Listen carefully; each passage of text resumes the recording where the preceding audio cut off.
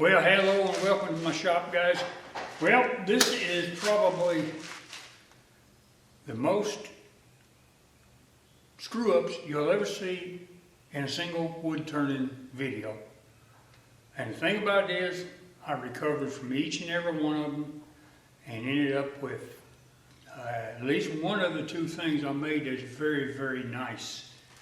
And that's this vase right here. It's dogwood. Has a walnut base on it. It is really pretty. This totally blew apart in this video. I'm talking about two halves on two sides of the room almost. So I fixed it, and I defy anybody to find out where I fixed it. And this other thingamajigger right here, I don't even know what that is. This my son-in-law got him a 3D printer and he started making stuff, and here's the first two things he made. So I was going to incorporate them in here, but as you'll see, my epoxy got too hot and melted the castle, and I put too much color in it, and this was part of that. See where the two go together right there at one time? And I didn't like it, so I took it apart, and so on and so on and so on. I mean, like, hey, what a mess this was. So, you know, let's get on with it, and I'm going to show you. My wife's son-in-law got him a new 3D printer, and he's horsing around, so he brought me this thing over, and it's evidently some type of castle or something. He said, you know, he's just learning and he did this, so I don't know if maybe I could use it for something. Been around here a while, so I got cobwebs in it. I'll have to clean it out. And so I didn't think much of it. But then last night, of course, as usual, in the middle of the night, it sort of came to me. And I said, well, you shoot, I'll make a vase out of this. I was in the other room editing this video, and I got into, you know, the epoxy pouring, and there's just so many steps, and, you know, like, you know, 4 different pours and all kinds of stuff and all kinds of screw-ups. And it would have been, you know, like a 20-30 minute video by itself, and there's just no way I could cover it all. So I thought I would just sort of summarize what I did right here, and then maybe try to show some clips of it. So as you saw, you know, I had that little castle, and what I did is I painted it sort of a gray silver color, put it in the bottom.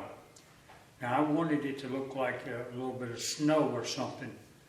So I mixed up some tabletop epoxy, just a little bit, and put it, you know, solid white, and I poured it in, you know, dribbling it over the castle itself, so it looks sort of like a snow, okay? And then I, after that set up, actually before totally set up, which may have been a mistake right there, then I started using the Total Boat 2-to-1 epoxy, and I had never used that before. I mean, I had a gallon of it that they gave me when I first started sponsoring, but I just never, you know, never had any reason to use it. So it took 4 pours of that, you know, and I put different color blues in each one. Well, when I got the last one done and it got over to the top of the castle, well, I noticed that when I started putting it in the pressure pot, it was literally smoking. So I knew right then, boy, that ain't going to work. So I put it in the pressure pot, and the next morning I got it out, and I got it out of the mold. And boy, I tell you, about halfway down it had a void in it that you could put your whole finger in it. The bucket, the plastic container, was like this because it had gotten so hot, and the castle itself had melted. Plus, I tried my best to put just a little bit of color, but I tell you, that powder, it just overtook it. I mean, I thought I was putting just a little bit, but, you know, I could hardly even see the castle. So, you know, so I brought it in here, and I turned it down a little bit, enough to where it would fit back in the bucket, but leave a void around it enough where I could get more epoxy in it. So then I mixed up some more epoxy and tried to put a little bit of that blue in it. Well, stupid me, the container I used had a little stain in the bottom. And I don't know what it was from, but it wouldn't wipe off or nothing. So I said, well, go ahead and, I'm a cheapskate. I like to use things until they can't be used. I should not have used that, because what happened was, I poured it in there, looked like it did fine. Then I set it in the pressure pot, and the next morning came out, and where all them voids was, that stain, it sort of looked like it, I know it wasn't, but it sort of looked like it had been coffee or something. I think what it was, that's where I stored that wood in, and I think it was like maybe some sap. But anyway, all the voids that had like a ring of brown around them. So that was another screw up. So anyway, what I'm gonna do is I'm gonna try to pick clips from all those, and there's a lot of them to just sort of back up, what I'm saying. And they probably, if you watched it without me telling you what's happening, you probably would think I was totally nuts or whatever. I'm going to be using Total Boat 2-to-1 mix ratio and see what it looks like.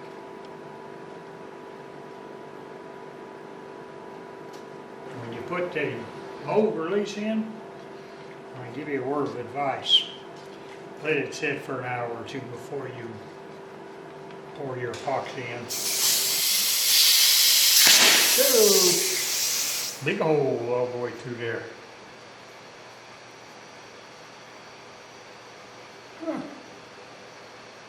Now I can almost see halfway through it. It goes to right about there. I think that'll get it.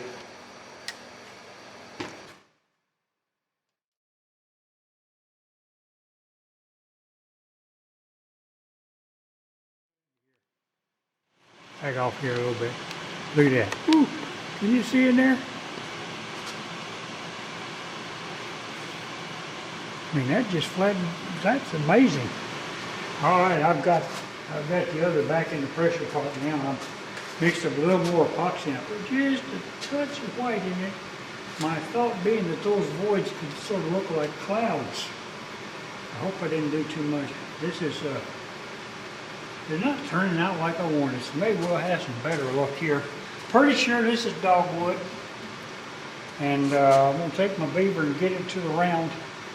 And then we're going to come in here sort of like this, just a little, and this is going to be like the top of a vase. Going to bring it down almost to the faceplate, the diameter faceplate, and that'll be my opening. And I'll be hollowing from this end with the exception of just a little bit.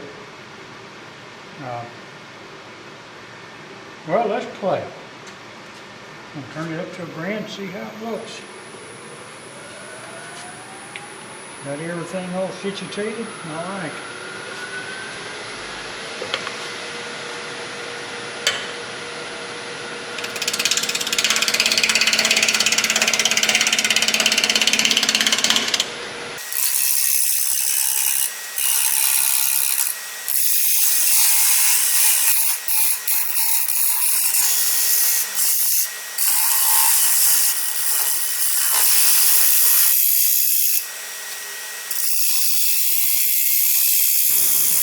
Alright, I'm going to finish cleaning this up best I can, then I'm going to mix me up a slurry with the fine powder and some sealer, and I'm going to clean it because I want to get rid of the CA look.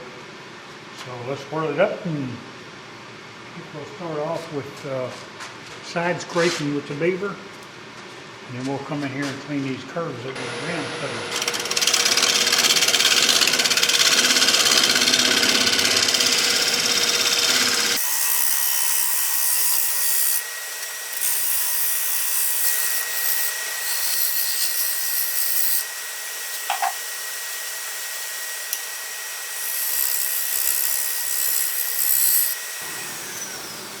That looks pretty good. And soak in some of this, see. And then we'll come back with a slurry on top of it. And that ought to get any end grain or basically punky wood. It's got a little bit in it, but not much. Got a little end grain right in this area. I hope I don't have to turn this again. That here now, what I'm going to do is I'm going to come over here. I'm going to put this on.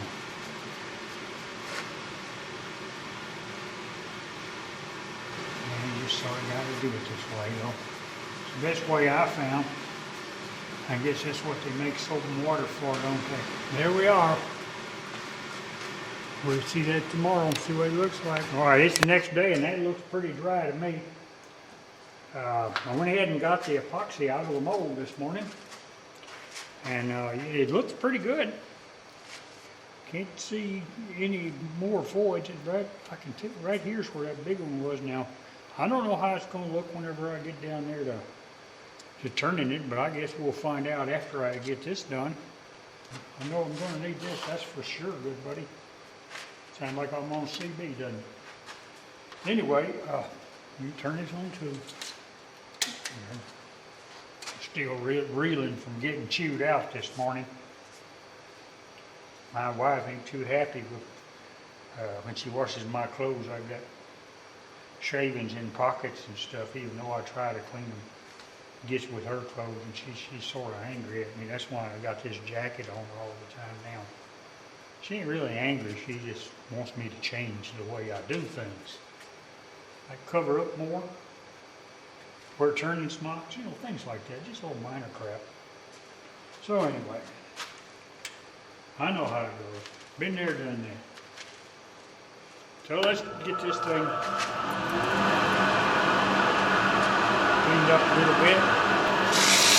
This is 80.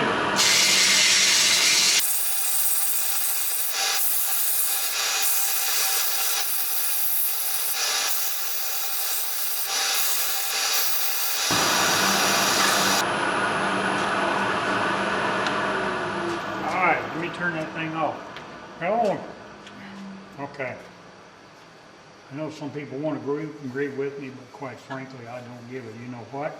But anyway, you know, you hear all this stuff. You know, you got to sand through the grits because you know you can't get out the 80 scratches if you don't use 60 or wait a minute. If you don't use 100 or 120, you got to go up and so forth. Well, that's just not true. I just proved it. I started with 80, then I went to 220, and went to 320, and then steel wool, and there you go. Now I was scratching it, and the sealer sunk in, did a wonderful job. I got a couple of little bitty places, but I'm not even going to mess with them. And my gosh, you can't expect much more than that. I mean, a lot of people would leave it like that because it's got a real nice finish on it now, and it's smooth. You know, all the places that had a little punky wood, they're just not there anymore because the slurry I made really got into them. Little place right there where that crack was, I'm going to leave it also because I'm going to put more sealer and stuff on it. Because I know when I get this rest of this built, I'll end up having to redo everything anyway. I think I am going to go ahead and put a regular plain sealer on it just so we can see what it looks like. Well, I know what it looks like there, but I think it's even going to look better. But I'm going to just put one on there. It's about time to go. Me and Brandy have our popcorn anyway. I know I've always got new subscribers or new people viewing, so this is Minwax water-based sanding sealer. It's all I ever use. Now I am literally on my 4th gallon of this stuff since I started turning. I don't use anything else. It sands well. It's hard as you know what. You just saw that. And you know, I can get all over my hands. I can go in the other room and wash my hands, and it's cleaned up. Brushes, I can just put them in water and they're cleaned up. I mean, I don't know what's to lose. I mean, I think people who use shellac, sealer, and all that kind of stuff, they're just hard-headed. They're just plain old hard-headed because it does not do a better job. And that's nice, isn't it? That is pretty, guys. Look at how pretty that is. I got this all set up. I'll drill a small force or big hole first. And I made a black mark right here, and that's how deep we're going to go. It goes to right about there. And then I'll come back with the biggest one I got and drill it when I get this one done. Always wear one glove. And I loosely hold this right here. That's in case it flops out. You know, I can grab it and it won't tear my hand up. Because, you know, those things, these gears right here, they ain't too kind on an old man's hand. So let's run it somewhere in the neighborhood of about 3 hills. I'm going to go quite as far this time.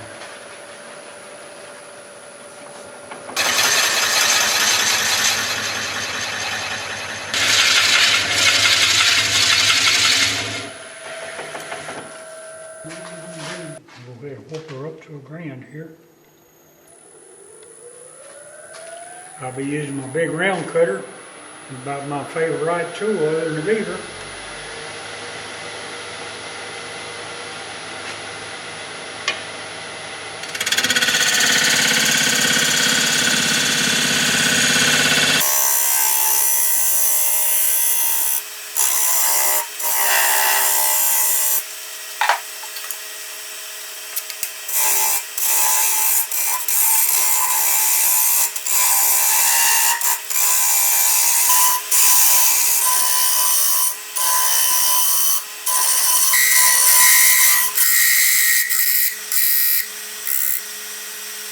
Gotta get it.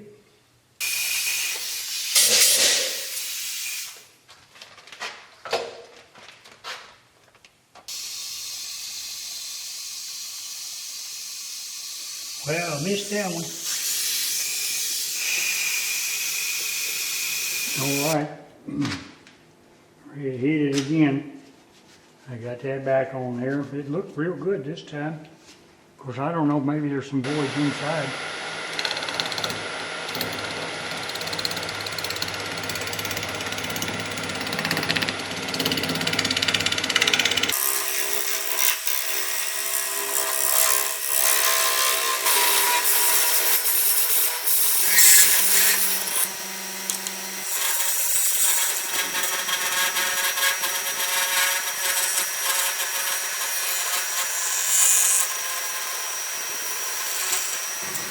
Alright, I sort of got a plan now.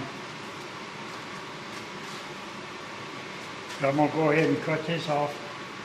And I'm going to put a recess in the bottom of this. I'm not going to cut this off, I'm going to cut the epoxy off of it. And then I'm going to taper it in all the way to where those voids are, and hopefully I'm going to get them out. Make this whole thing come up like this and taper down to there. We'll see. And we may not see.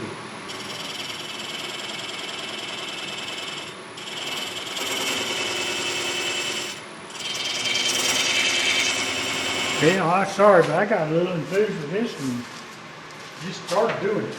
And now I'm using a negative rate scraper. I tried to use a round cutter, but it wanted to chip out. I had a negative rake round cutter, but it ain't sharp, none of them mess with it.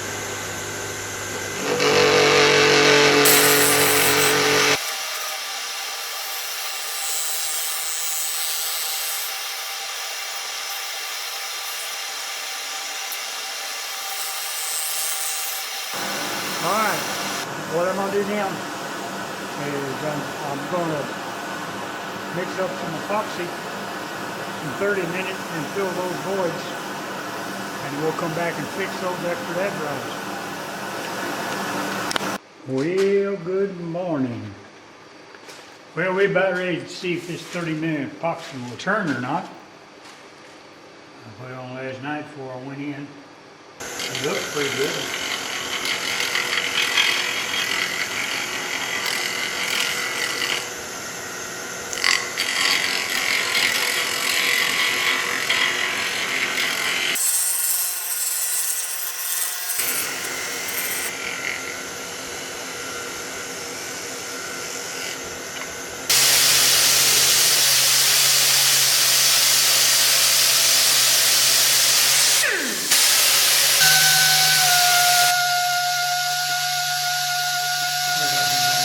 The rest of it after I get it cooled onto this one.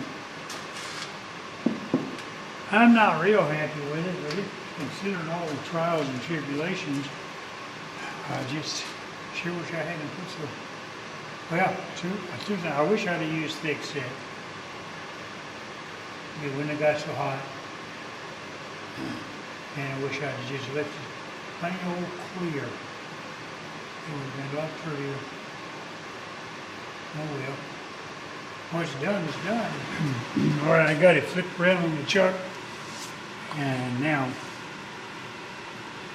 the glue block, I've got it cut off, and I'm thinking I'm going to leave this walnut right here that was on the bottom of the glue block because it's sort of pretty. I'm gonna clean this up and get rid of the nub, and then we'll go from there.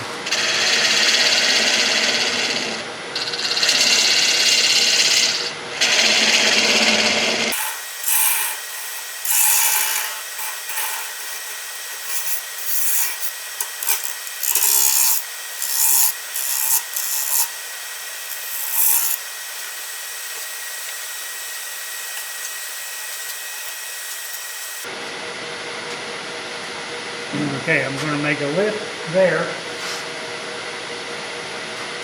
that will fit on the inside of this.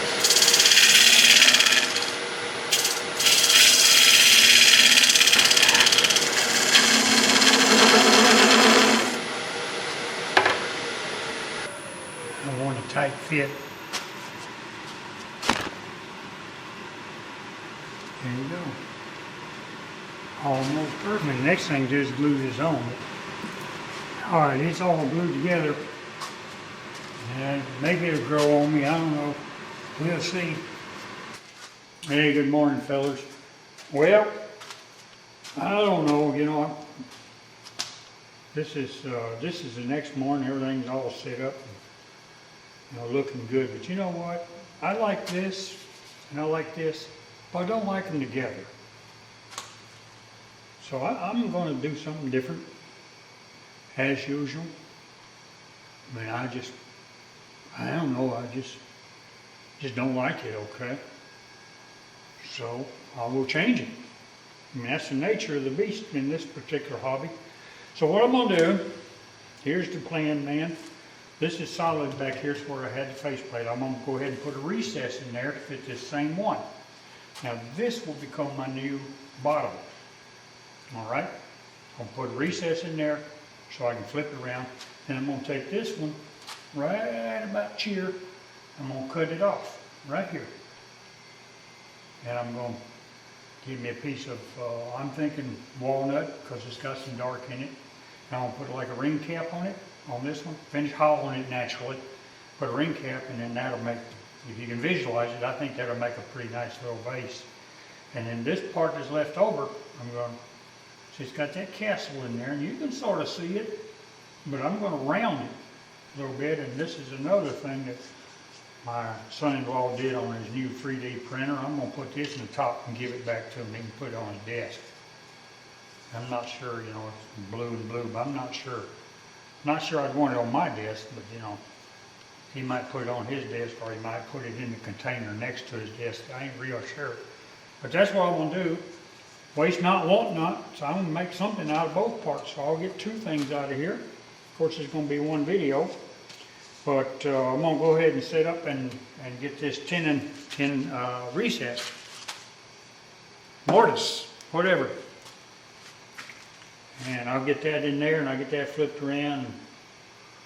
I'll get this scored real deep right here, and then I might see if I can't cut it off with a bandsaw. I might do it by hand. Bandsaw might be tricky. Might be dangerous too. So we'll just have to play it. I want to preserve the integrity of the smoothness on this, so I don't want to lose it. So let's do that. What do you say? Well, I bet you guys ain't seen anybody that changes his mind as much as I do, and I done changed it again. Well, so I marked this off for the recess, and then I started looking at this, and you know, this wood's got a lot of little cracks and stuff in it. And I mean, I got them all fixed, but if I put a recess in there and start expanding it, I'm not so sure that little bit of meat there would hold it. So I'm going to go with a tenon with my big jaws. So I've already got it, get ready to mark it for a tenon here now. And I think I've got plenty of meat for that, I do. And in fact, it's just about perfect. And then I'll just have to worry about taking the tenon off later. No biggie. We'll cross that bridge when we get there. So we'll go ahead and mark this for this tenon here. This isolation done got me talking to myself too much.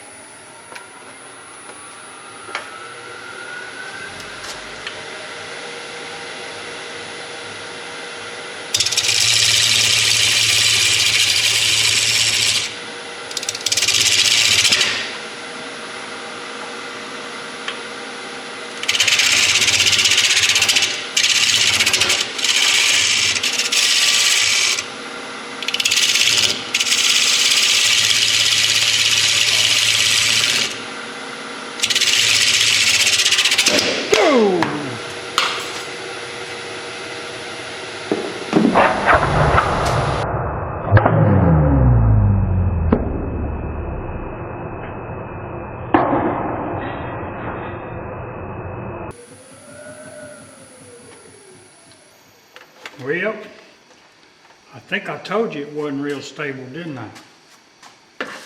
Holy catfish, Andy. What a mess now. Did a nice job hauling. I think maybe I had that in too hard. Yeah, it even took some of the epoxy off. And some of it's gone. Yeah, right where that crack was, right there. I can fix that though. And that's what I'm gonna do. I'm gonna salvage this.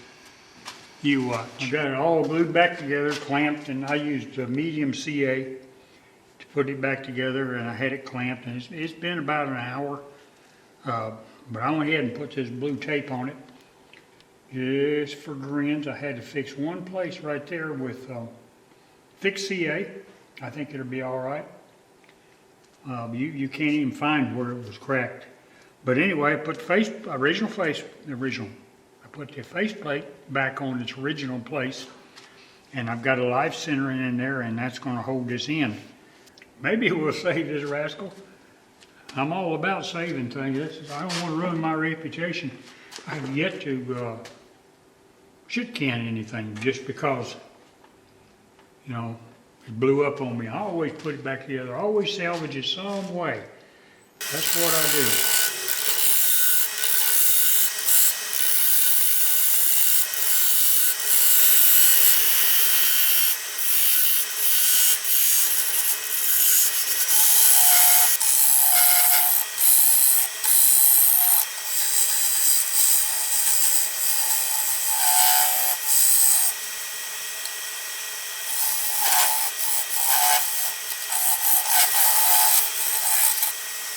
Well, it's nowhere near like we started out with, but you know, that's the way this hobby is.